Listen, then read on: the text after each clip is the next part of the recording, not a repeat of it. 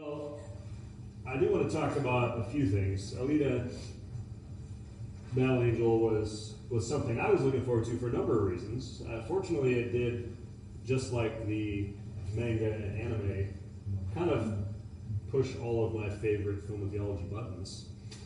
So some of you guys who are familiar might have already seen stuff sprinkled through the film, but I want to talk about a lot of inherent biblical imagery in the film. I've been aware of it for years, actually. Let's see, other way. There we go. For those who didn't know, so we started in 1990 with the Japanese cyberpunk manga comic. I wasn't aware of it until 1993 when I saw the anime. So they finally made it into a cartoon. Just the first couple parts, like up to the first encounter with Grishka. And then actually went on to buy and own some of the mangas. But you had a lot of themes that were pretty popular, late 80s, early 90s. Japan kind of caught the Blade Runner fever and some of that neo-noir kind of stuff, and had a lot of these types of things going on. So there's a little anime picture. You see, actually they didn't make the eyes big enough. So post-apocalyptic, cyborgs, kind of what is the condition of the human mind or the soul in relation to being put into different bodies. The idea of scrapyard in the city above, we'll get to that in a second. So the story, though, of course, traces her attempts to figure out who she is and the lives, of course, she impacts on her journey. James Cameron has been enamored with this concept and character for years, which is why he produced the film. In fact, around the turn of the century, he created the show Dark Angel, which actually was kind of Jessica Alba's debut to the world. And it was set in a post-apocalyptic Seattle, filmed in Vancouver, actually. And that was her breakout role. So he's actually been trying to adapt this in a variety of ways for years. And so Robert Rodriguez came on to direct it after having done Sin City and a bunch of other effects or green screen stylized productions. He did this, although I was impressed watching it this time again. I didn't realize, even watching the film, how many practical sets were built. And if you actually look at how hands-on human actors like Hugo are with materials on set, there's a lot less CGI and a lot more practical effects when it comes to the structures. Of course, until you get up higher than like the top of the church there. So finally then, we were able to bring the world of Battle Angel Alita to life. And as the thing opens up, you notice it moves us through the city. It even declares at the beginning that this is a world that is come after what? The fall. We're like, all right, I already have some pretty dramatic biblical imagery there. Okay, the world existed in a certain state, and now it has fallen. So there's something grand but broken, and there's remnants of wonder, because they can see this is all, and even with its broken base and some broken pieces. So already we've got this idea that like something is wrong with the world. So now we're hearkening back to the Matrix and Morpheus's declaration. So in some ways that biblical imagery is unmistakable. And in a lot of ways it does parallel a lot of the themes with Keanu Reeves' classic character before John Wick. And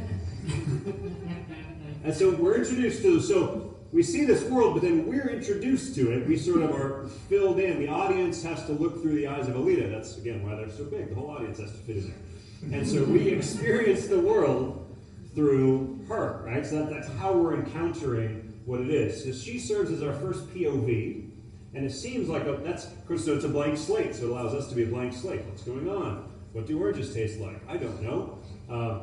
But she needs a name, right? She doesn't even have a name. She needs to understand the world. She needs to understand who she is. And so in a way, it's like being born. So we're born into the world and looking at it through her eyes. And yet she, like the world, kind of has this sense that she was once something more, or meant to be something more. So the world is supposed to be something more and something better. And maybe she is supposed to be something more and something better. Because there was the fall and the world was better. The world isn't what it was supposed to be. In fact, then she's talking about, why are there so many languages? We're all huddled here under this great structure. There's almost a Tower of Babel aspect to it. Post-Eden, post-original sin, post-Babel, confused languages. And then, of course, it moves less from the world. It really zeroes in for the personal touch. And it's really the search for identity, which if you go all the way back to classic literature like the Amazing Spider-Man film with Andrew Garfield, right? Even a English Lit 101 teacher will tell you almost all stories have one theme, which is identity. Right, so here you give a character amnesia, like this movie or Captain Marvel or Resident Evil, right? And suddenly, personally better than Captain Marvel, or Neo in the Matrix, like you have this search for identity because actually the world and you are more than you know, which for me then is already has a resonance. This resonates with Christian reality, right? Who am I? Was I destined for something? Do I have purpose? Was I made for a reason? And so if we shift back then, what is the first real image we get of Alita and her interactions, which is the same straight out of the comic. We have this idea of this, who turns out to be a loving father figure, scooping up and finding this broken body and giving it sort of a new life. And that's what we have as we begin. With Alita as our POV, we're left with that feeling, right? That whole feeling, are we broken? Like, have we been scooped up and have we given life by a loving father? That's either a little bit of wish fulfillment, or it's hearkening to something maybe that we know or hope. Right? Do we need fixing? That's another question. Are we broken and unable to repair ourselves? And what about Ito? I thought his role was played excellently by Christoph Waltz. Not probably how I imagined based on the manga, but I thought he brought a different life to it. But here we have a father who literally is doing some justice, although it's vengeance too. We get to that in a second. But he's very kind. He walks very humbly. He's just giving mercy by giving free repairs. Actually, it reminded me of Micah 6:8 says, what is man given to do? Like, what does the Lord require of us but to do justice, to love kindness, and to walk humbly? With your God. I don't expect the movie to take us quite to that level, but he's fighting against those who would prey on people in the city, showing mercy, repairing the poor, and he's fairly humble about it. And moreover, he hasn't given into the ways of Zalem. And I say the ways of Zalem, not just Iron City, because we realize then who's pulling all the strings in Iron City. It's really one and the same. In fact, Hugo even says at one point, this place corrupts. In fact, you could also say, this place corrupts Hugo. We see that in the film. Right? He says it's a harsh world, the strong prey on the weak down here. You got to stay focused on your dream, which sounds good in an Oprah kind of way. But then she's like, "What's your dream?" He's like, "I'll show you." Well, what's his dream, and what is he willing to do to get there? Right? If your dream is selfish, right? It's not the answer for living in this world. It's focused on self and his dream, ultimately by any means necessary. And so anything to get to Zalem. So then we could start to question, well, what does Zalem represent? Well, City in the Sky could make us start to think that it's representative or a metaphor for heaven. Not saying that perhaps the original manga creator or others were toying with some of those ideas, but that's the next big question. Okay, what's Zalem? And the metaphor of this sci-fantasy, right? It could just represent a caste system. Just rewatched Snowpiercer a week or two ago. The train with different categories in which whether you're in first class or in coach. Right? It could represent a caste system like other films have done to try to talk about the way the haves and have-nots are. But there's kind of something more going on. There's a lot more. Everyone wants to go there, and maybe it is unattainable. Maybe if you're born on the ground, you die on the ground. Maybe there is nothing else. Maybe it's a false idea, this reaching for a heaven that really isn't there, a false promise of idols whose end is death. Perhaps, maybe that's man striving toward a heaven that none of us really actually get to. We're just really part of the mud of the earth. But then we get to, okay, well, who's ruling this world? If it's not a very perfect metaphor for heaven, because we have then Nova. Now, right? He seems to be the ruler of the world and the world below, using people, deceiving, manipulating, even in a technological way, possessing people. Well, what's this a little more reminiscent of, right? He's effectively the devil. In fact, at one point then, when Alita is being talked to by her trainer, he's the dragon that must be slain. Okay, wait a minute. 2 Corinthians 4:4 says, the God of this world. The devil is actually referred to as the God of this world. Has blinded the unbelievers' minds that they should not discern the truth. Right? Somebody is controlling and someone seems to have a present control over the world. He's a false god. And in fact, then some people have kind of bought into his way of living in the world, right? Vector at one point even says he'd rather rule in hell than serve in heaven. A little Paradise Lost thrown to the devil. So we have people represent, so really Zalem and Nova, and then Vector and other people represent the devil, so the false place of attaining what we want. And of course then people who become slaves to that, slaves like Sharon, right, willing to do anything she can up to a point in the film to get back to Zalem. I'll claw back up there with my bare hands. I'll repair people like Darushka. But so we have this idea of the world and a lot of interesting metaphor, but then I want us to shift our perspective. The film, hopefully at some point, if we're watching the way that I hope we do sometimes, we shift our perspective because so that we're not viewing the world through the eyes of Alita so much as we shift to realize when we look at Hugo or Sharon or Vector or other people, maybe Alita represents something outside looking at us. Right? Into this world comes Alita, so there is a sense where we are with her, but then our perspective shifts, right? Because Hugo's right. I didn't come down from above, right? She's special. She's a battle what? And she's an angel. She's descended to earth. Like us, but not like us. And then she, as we find out, is literally otherworldly. She comes from that place that you say when you stutter, right? Right? And she also is kind of flipped from what we are. Like, I kind of have a basic understanding of where I've come from, but it's a funny passage. It's not a funny passage in Romans, but it's funny when you think about it in its context. Right? The guy in Paul in Romans says, I don't understand my own actions. I don't do what I want. I do the thing I hate. I have the desire to do what's right, not the ability to carry it out. I don't do the good I want, but the evil I want is what I keep doing. And yet, Alita, kind of in a sense of what is right and wrong, seems to have a more innate understanding of that. And then also, whenever she's attacked, she responds. Her body works perfectly. She pulps people wonderfully. Right? She's got all of these skills that she just innately seems to have. It's almost the converse of Romans 7.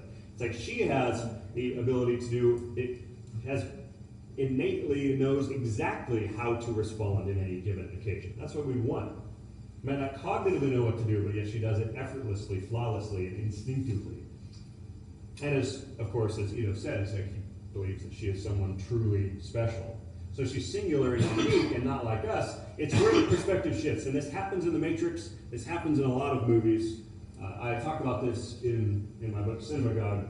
When you're looking at just how many varieties of stories are there, usually it breaks down into one or two, sort of a life under the sun, life is meaningless story, or a life transcendent story. And then under that, you kind of have two different categories. Usually it's the transformed life, movies like Iron Man, guy gets changed, kind of gets a new heart. Or you have stories like Superman, where it's just the transforming savior who's literally come down from above.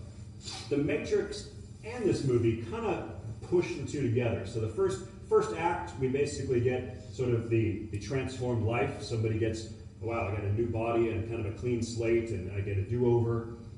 But then halfway through, it becomes the transforming savior, becomes kind of the Superman. So they're sort of mushed together. So then Alita becomes something that perhaps is not us looking at the world, but again, something we need because we are the world. So let's look at Alita as savior.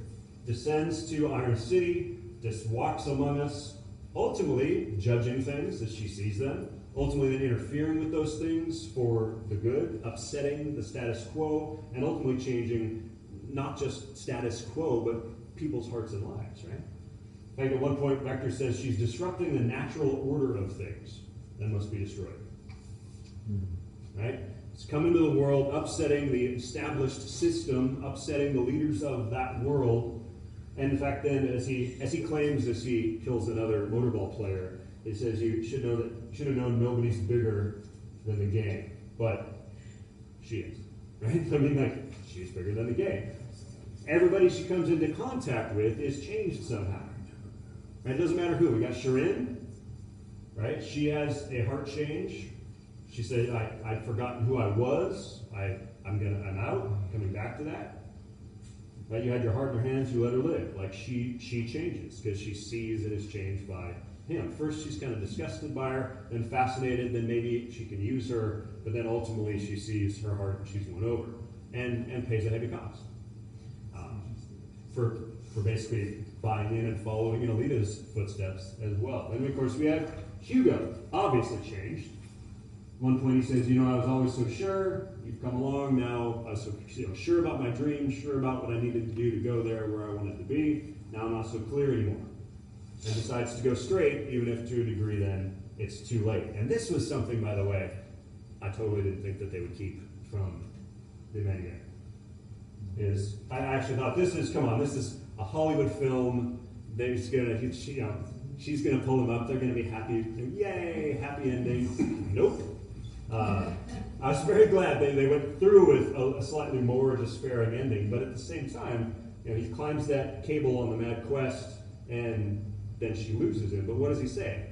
What does he say before he falls? What? Hey. Thank you for saving me. Is that then defunct when it snaps? Well, no, because that's not what he's talking about. Right? He's talking about his soul. He's talking about who he was and being changed. I mean, at that point, he knows he's falling. He knows it's over. And the last thing he wants to convey is, you've changed me. Like, you've changed me, and ultimately he calls that, you saved me. Saved his soul. And of course, Ito is not, when you have this imagery of a father in the idea of someone being transformed, she's rebuilt and changed and has become this thing. So in one sense, there's a beautiful portrait of father giving life. At the same time, Ito's not by any means a perfect father. Plays a fatherly figure in some over-the-top imagery at the beginning, but ultimately he's an earthly father who needs a relational encounter to actually change his life too. In fact, he talks about how he first went out as a hunter warrior, and it was for vengeance. And she actually asks, did you ever find peace? And his answer is, I found you. That's the difference, right? And then the movie ends with a sword held aloft. Here we go. She's got her sword pointed at Zalem, this transforming girl dedicated to a mission to take down the false kingdom and its wicked ruler. And I think when you're watching this, whether we get a sequel or not, the implicit promise is that she's going to crush Noah. He might land some shots, but the optimistic tone of the film is that she's going to prevail.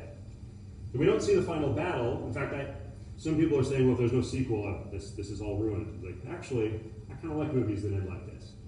That's actually how the first Matrix movie ended, right? The ultimate victory hasn't happened yet, but the Savior's been revealed, and we kind of know where it's going to go. And it's that the battle is going on, and there's a confidence that it will be won. We don't see her win the final battle, but we see her dealing with the wicked. And we see her not just dealing with the wicked and overcoming them here, but we see her bringing down powers and principalities of Zalem and its effects, right? Takes down at least one puppet, as it were, in the form of Vector. Right? Vector wants her dead, wants her crushed, wants her pilloried. The Savior must be destroyed, but she triumphs. In fact, there's a great metaphor here, where if you look at really all we know of the world is that everybody has gathered here, so really the world in microcosm is Zalem and Iron City. And at one point she says, so I've got a strong heart. And yeah, you've got a heart big enough to power the city. Someone who has a heart big enough to power the city of man, to be the shining light. And not only, someone who we find out existed before the fall. Right? Well, there we go. She's over 300 years old. But she's only over 300 years old. It precedes this fall, which is metaphorical. And then she's changing hearts, but also the world. And of course, then there's her great line, which has the conviction of a child, which I think is appropriate. It's funny when all the people in the bar laugh at her, because I think even to my sensibilities, that point in the film, her speech seems like a really immature speech. Of course, she's then able to back it up. But she also has her great line when she declares she will not stand in the presence of evil. It's like, all right, that might sound cheesy. It also is like, oh, that's also the heart of our God in Christianity. Psalm 1, blessed is the man who won't walk in the counsel of the wicked or stand in the way of sinners. And Psalm 5 says, you're not a God who takes pleasure in evil. With the wicked you cannot dwell. Psalm 5:5 says, the arrogant cannot stand in your presence. You hate all who do wrong. And even back in Isaiah, it says, stop bringing meaningless offerings. I cannot bear your evil assemblies. My favorite, I think, is Hebrews 1 says, your eyes are too pure to look on evil. You can't tolerate wrong. Why would you tolerate the treacherous? So we have this character that is absolutely opposed to what she's declaring as an objective evil, playing the role of Savior and transforming hearts. And it kind of stabs, I think, at a lot of the things then that obviously, like, why do I like this movie? Because it reminds me of a lot of those basic ideas, even if they're couched in slightly different sci-fi constructs, right? We need an identity, first of all. We need to know our identity, but we don't just need identity. It's like this movie, if it was just about finding out who you were and that makes you whole, well, the movie doesn't give us that, right? Just knowing who you are doesn't solve everything. It's not just you do you. It's like, wait, I also have an identity that has a mission and a purpose. Right? She was made and had a purpose, and her purpose was to take down Zalman. So we need an identity, we also need a direction, and we need a Savior. Right, at one point, actually, Ito says you've been given a chance to start over with a clean slate. How many of us get that? What a great question for a Christian to think as he has encountered a Savior and now has sins forgiven. Right, that's what Hugo wants. At one point, he's like, I'm already, as he's laying there, having been gutted, he's like, I've done these bad things. Like, I'm not who you think. He even early in the film tries to tell her, don't assume I'm not a good person. I told her to put her heart back. He doesn't deserve it. Right? There's a lot of wonderful imagery there. And so as we walk through as people, as I'm watching this movie, it's like, all right, have we been picked up and restored by a loving Father? Just that opening image. Is the world broken and we need to be scooped up and fixed? Do we even recognize our condition apart from that loving Father? And do we know then what he expects of us? Now, Ito expected some things of Alita. That doesn't match up because, like a child, she disobeys dad. But her story's a little bit different too, right? And when there's the part in the film where literally she's going to give her heart for someone. It doesn't get any more on the nose or on the open heart than that. I'd give whatever I'd have. I'd give you my heart. That's actually as awkward as it seemed in her very intense, youthful moment in that film. Right? That's like, right, has someone given their heart for us? Right? Has someone given their heart to us in a way that transforms? And in fact, their heart has power, much more power to transform than just me. Now, those are the things that basically really grab at me when I'm talking about this film or watching it with other people. And I saw it the first time. Because you tie that all together, it's like, all right, all of these things fit in a metaphorical, it's metaphorical, as Taserface might say. Right? Jesus was before the fall. Jesus came to earth. Jesus was unique and singular, although he was man dwelling with us. Jesus changed hearts. Jesus opposed the ways of the world and the devil. Jesus would not stand in the presence of evil, but he gave his heart and life to reconcile the world. And so all of these things in Battle Angel Alita have some elements of emphasis and I think enjoyment for the Christian because it resonates with those things that we already enjoy.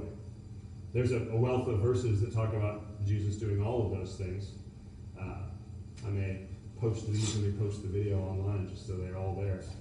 But this saying is trustworthy and true, 1 Timothy says, that Christ came into the world to save sinners, of whom I am the foremost. Right? Paul there is talking in humility.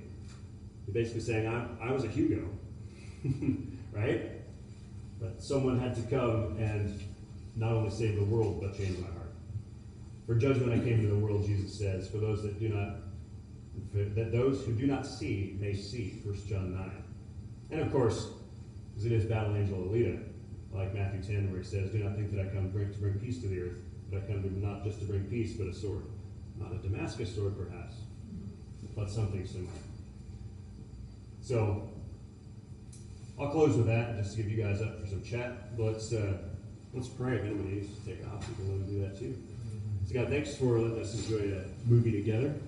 As we talk about film, as we talk about stories, as we talk about the heroes that engage us in our fiction, we always pray that you will enable us to see through with different eyes and to enjoy aspects that remind us of the story we are folded into and of the way some of us have been saved or had eyes opened.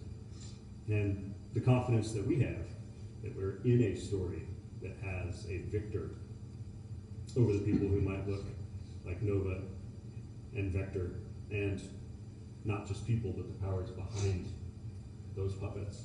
And so we thank you for that. We thank you for the ability to enjoy the spectacle. But pray we won't just let it be diversion, but that we will be reminded of the things that are important. In your name, amen.